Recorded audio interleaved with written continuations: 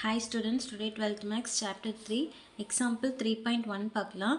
If alpha and beta are the roots of the quadratic equation 17x square plus 43x minus 73 equals 0, construct a quadratic equation whose roots are alpha plus 2 and beta plus 2. என்ன கேட்டிருக்காங்கன்னா ஒரு equation கொடுத்துருக்காங்க. இதோட roots வந்து ஆல்ஃபாவும் பீட்டாவும். இதை வச்சு நம்ம வந்து புது ஈக்குவேஷன் ஒன்று கண்டுபிடிக்கணும். அதோட ரூட்ஸ் தான் வந்து ஆல்ஃபா ப்ளஸ் 2 பீட்டா ப்ளஸ் 2. ஓகேவா? இந்த ரூட்ஸ் வச்சு நம்ம புது ஈக்குவேஷன் ஒன்று கண்டுபிடிக்கணும். ஓகேவா? ஃபஸ்ட்டு இந்த ஈக்குவேஷன் எழுதிக்கலாம். 17x² plus 43x minus 73 equal 0. இதோட ஜென்ரல் டேர்ம் என்ன? ax² plus bx plus c equal 0. இதான் வந்து இதோட ஜென்ரல் டேர்ம். ஓகேவா? இப்போ இதில் a என்ன? 17. a ஈக்குவல் 17, b வந்து 43, c வந்து மைனஸ் 73. ஓகேவா? இப்போது ரூட்ஸ் வந்து ப்ளஸ் பண்ணும்போது, அதாவது sum of the roots alpha plus beta வந்து மைனஸ் பி பை ஏ. ஓகேவா? இதே product of the roots alpha beta அது ரெண்டையும் மல்டிபிள் பண்ணும்போது சி பை ஏ. ஓகேவா? இது வந்து தெரிஞ்சு வச்சுக்கணும். சம் ஆஃப் த ரூட்ஸ் வந்து minus B by a, product of the roots வந்து சி பை ஏ. ஓகேவா? First sum of the roots alpha plus beta equal minus B by எழுதிக்கலாம். Alpha plus beta equal minus b. பியோட value என்ன? 43. So minus 43. ஏவோட value 17. So by 17. ஓகேவா? Next product of the roots. Product of the ரூட்ஸ்க்கு என்ன ஃபார்ம்னா c by a. So C by a. சியோட value என்ன? மைனஸ் 73. ஸோ மைனஸ் 73 பை ஏவோட வேல்யூ 17. ஸோ 17. ஓகேவா? இப்போது கொடுத்துருக்கு என்ன ஈக்குவேஷன் கண்டுபிடிக்க சொல்லியிருக்காங்கன்னா alpha plus 2 and beta plus 2 இந்த ரூட்ஸ் வச்சு தான் ஈக்குவேஷன் கண்டுபிடிக்க சொல்லியிருக்காங்க. ஸோ நம்ம ஃபஸ்ட்டு அதை எழுதிக்கலாம். அந்த ரெண்டும் எழுதிட்டு இதோட சம் ஆஃப் த ரூட்ஸும் இதோட ப்ராடக்ட் ஆஃப் த ரூட்ஸும் கண்டுபிடிக்கணும். கண்டுபிடிச்சிட்டு அதுலேருந்து தான் வந்து நம்ம ஈக்குவேஷன் எழுதணும். ஓகேவா?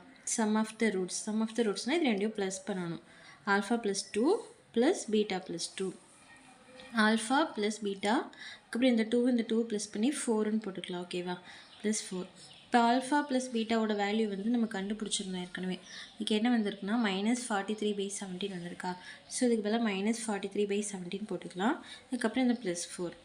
அடுத்தது இந்த 17 வந்து காமனாக போட்டு மைனஸ் 43 கீழே எதுவும் இல்லைங்கிறனால இந்த 17ஆல் மல்டிபிள் பண்ணி 68ன்னு எழுதிக்கலாம். 17ம் 4ம் மல்டிபிள் பண்ணால் 68. ஸோ 68. கீழே வந்து 17. இப்போ இது ரெண்டையும் மைனஸ் பண்ணும்போது 25 வருது. ஸோ 25 பை 17 வருது. ஓகேவா? அடுத்து வந்து ப்ராடக்ட் ஆஃப் த ரூட் கண்டுபிடிக்கணும். இதையும் மல்டிபிள் பண்ணணும். So product of the roots alpha plus 2 into beta plus 2. இது ரெண்டையும் மல்டிபிள் பண்ணணும். ஃபஸ்ட்டு ஆல்ஃபாவே பீட்டாவும் மல்டிபிள் பண்ணால் ஆல்ஃபா பீட்டா ப்ளஸ் இந்த 2வையும் இந்த ஆல்ஃபாவும் இந்த 2வும் மல்டிபிள் பண்ணால் 2 ஆல்ஃபா ப்ளஸ் அதுக்கப்புறம் இந்த 2 பீட்டா மல்டிபிள் பண்ணால் 2 பீட்டா. நெக்ஸ்ட்டு இந்த 2 மல்டிபிள் பண்ணும்போது 4. ஓகேவா? அடுத்த ஸ்டெப்பில் இந்த ஆல்ஃபா பீட்டா அப்படியே எழுதிட்டு இந்த ரெண்டு டேர்ம்லேயுமே 2 காமனாக இருக்கிறதுனால ஒரு 2 மட்டும் வெளியே எடுத்துடலாம். ஸோ 2 வெளியே எடுத்துட்டோம் அப்படின்னா இந்த டேர்மில் மீதி வந்து ஆல்ஃபா மட்டும் இருக்குது. ஸோ ஆல்ஃபா போட்டுக்கலாம். இந்த டேர்மில் மீதி பீட்டா இருக்குது. ஸோ பீட்டா மட்டும் போட்டுக்கலாம். ஓகேவா? நெக்ஸ்ட்டு இந்த ப்ளஸ் 4 அப்படியே எழுதிக்கலாம். அடுத்த ஸ்டெப்பில் ஆல்ஃபா பீட்டாவோட வேல்யூ வந்து நம்ம என்ன கண்டுபிடிச்சோம்? ஆல்ஃபா பீட்டாவோட வேல்யூ வந்து மைனஸ் 73 பை 17 வருது.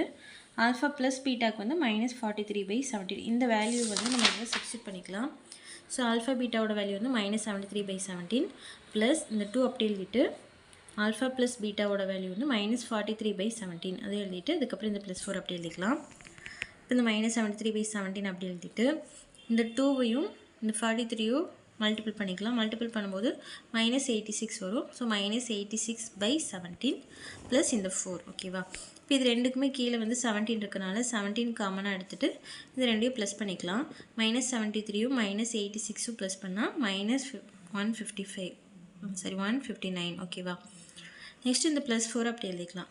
இப்போ இந்த ரெண்டையும் சால்வ் பண்ணணும். ஸோ இந்த ரெண்டையும் சால்வ் பண்ணுறதுக்கு 17 வந்து எல்சியமாக எடுத்துகிட்டு இங்கே மேலே இருக்கிற மைனஸ் 159 அப்படி எழுதிட்டு இதை வந்து 17ஆல் மல்டிபிள் பண்ணி மேலே எழுதியிருக்கிறோம். 17 into 4 வந்து 68. ஸோ 68. இப்போ இது ரெண்டையும் மைனஸ் பண்ணும்போது மைனஸ் 91 வருது. ஸோ மைனஸ் 91 பை கீழே இருக்க 17 அப்படி எழுதிக்கலாம். ஓகேவா? இப்போ வந்து நம்ம புது ஈக்குவேஷன் வந்து கண்டுபிடிக்க போகிறோம்.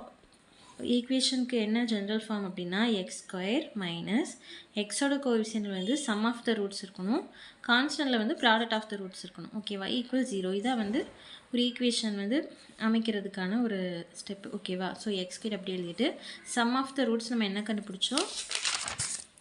25/17 கண்டுபிடிச்சோமா?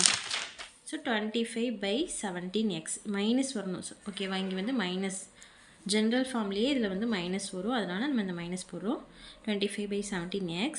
இங்கே வந்து ப்ராடக்ட் ஆஃப் த ரூட்ஸ் என்ன கண்டுபிடிச்சோம்? -91/17. So -91/17 equal 0. ஓகேவா? இதான் அந்த புதிய ஈக்குவேஷன். இப்போ இந்த ஈக்குவேஷனில் பையில் 17 இருக்கிறதுனால இந்த 17 போகிறதுக்காக நம்ம ஈக்குவேஷன் ஃபுல்லாகவே வந்து ஒரு 17ஆல் மல்டிபிள் பண்ணிக்கலாம்.